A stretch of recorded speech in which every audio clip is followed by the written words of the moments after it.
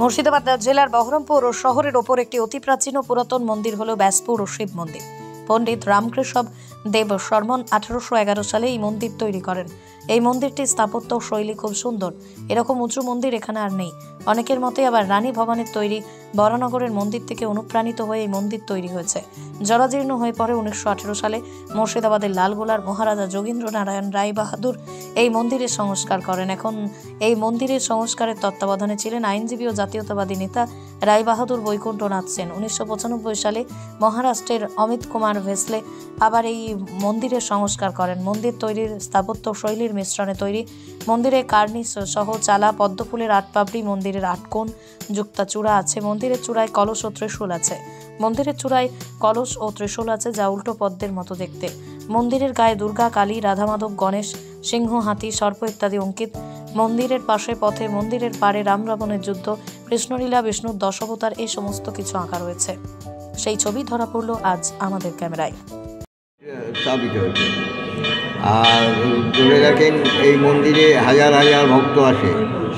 গোটা শ্রাবণ মাসটা আমাদের অনুষ্ঠান হয় এবং শিবরাত্রিরেও 5-7 দিন ধরে অনুষ্ঠান হবে, কীর্তন হবে, গান হবে, তারপরে রাস হবে, মানে মেলা কিছু হয় এবং 8-10 হাজার লোকের নরনারায়ণ সেবা হয়, বুঝেছেন।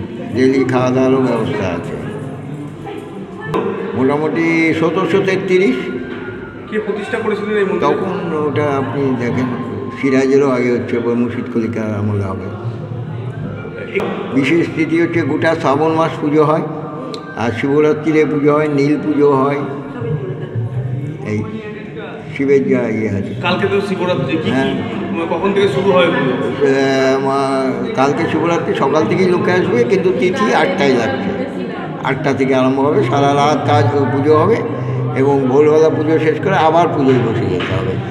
কালকে বিকাল 5:45 অবধি পুজো। 12টা থেকে আরম্ভ হচ্ছে, দুপুর 12টা থেকে রাত 12টা। রাত 12টা থেকে, মানে আজকে রাত 12টা থেকে? না, কালকে রাত 12টা থেকে শুরু হবে। চার প্রহর কখন হবে? 12টা থেকে আরম্ভ হবে, 12টা থেকে 1টা, 1টা থেকে 2টো, এইভাবে লাস্টে হোম হয়ে বিকাল সকাল 5টার দিকে, পরশুদিন সকালবেলা থেকে শেষ হবে। নেই আমার পুজো সকাল থেকেই ভক্ত, সকাল থেকেই পুজো আসে মানুষজন, পুরো চারিদিক থেকে আছে। হ্যাঁ, মুর্শিদাবাদ বাইরে থেকেও আসে। এই বাবা কি নামে পরিচিত এখানে? ব্যাসদেব। ব্যাসদেব নামে পরিচিত। কি নাম আপনার?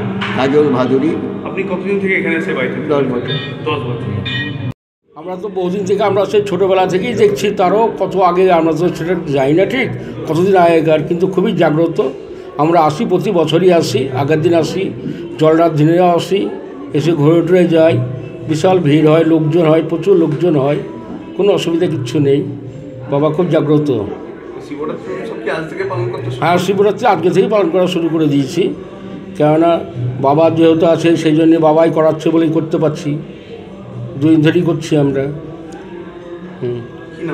আমার নাম গোলক মণ্ডল, আমরা খাগড়া থেকে আসছি। কিছু ইয়ে আছে, প্রোগ্রাম আছে, এক এক দিন এক এক রকম প্রোগ্রাম লেখা আছে আমাদের সিলেট বোর্ডে দেওয়া আছে, বুঝলেন। তাই আমরা কালেকশন করছি এখন আপাতত রাস্তার মাঝখানে যা হয় আমাদের কাছে এখানে কালেকশন ধরেন। হ্যাঁ, প্রোগ্রাম কীর্তন হবে, আমাদের কীর্তন আছে, বাউল আছে। উৎসব শুরু হয়ে গেছে আপনাদের? হ্যাঁ, আমাদের আজকে নাটক হবে। আমার নাম ধনঞ্জয় দা। কিছু ইয়ে আছে, প্রোগ্রাম আছে, এক এক দিন এক এক রকম প্রোগ্রাম লেখা আছে আমাদের সিলেট বোর্ডে দেওয়া আছে, বুঝলেন।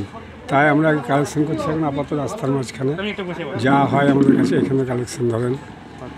হ্যাঁ, প্রোগ্রাম কীর্তন হবে, আমাদের কীর্তন আছে, বাউল আছে। উৎসব শুরু হয়ে গেছে আপনাদের? হ্যাঁ, আমাদের আজকে নাটক হবে। আমার নাম ধনঞ্জয় দা। এখানে না, আমরা এখানে ঘুরতে এসেছি, দেখবো বলে। এই মন্দিরে কি প্রথমবার এলেন? হ্যাঁ, এর আগে এসেছিলাম একবার, এবার প্রথম এসেছি। শিবরাত্রিতে কি আসা হবে? দেখি, বলতে পারছি না। কি বলবেন, কেমন লাগবে?